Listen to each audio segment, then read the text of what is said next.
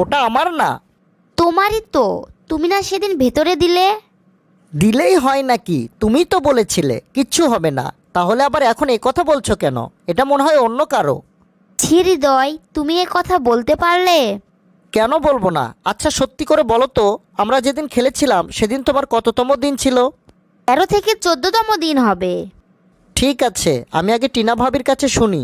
যদি 13-14তম দিনে করলেও হয় তবে আমি মেনে নিব, না হলে কিন্তু আমি মানব না। শোনো হৃদয়, এটা সম্পর্কে ভালো ধারণা না থাকায় আমাদের দেশের অনেক ছেলে মেয়ে বিপদে পড়ে। তারা আবেগের বশে খেলে, আর পরে পেট ফুলে তা গলায় কাটা হয়ে যায়। আসলে মেয়েদের এটা হওয়ার 8ম দিন পর্যন্ত পানি ভেতরে গেলে কিছুই হয় না, কিন্তু 14তম দিনে ডিম বের হয়।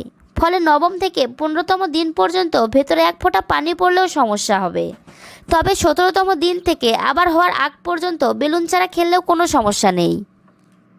তার মানে হওয়ার দিন থেকে অষ্টম দিন, আবার 17তম দিন থেকে পুনরায় হওয়ার আগের দিন পর্যন্ত ভেতরে পানি গেলেও কিছু হয় না, কিন্তু ডিম হয় 14তম দিনে।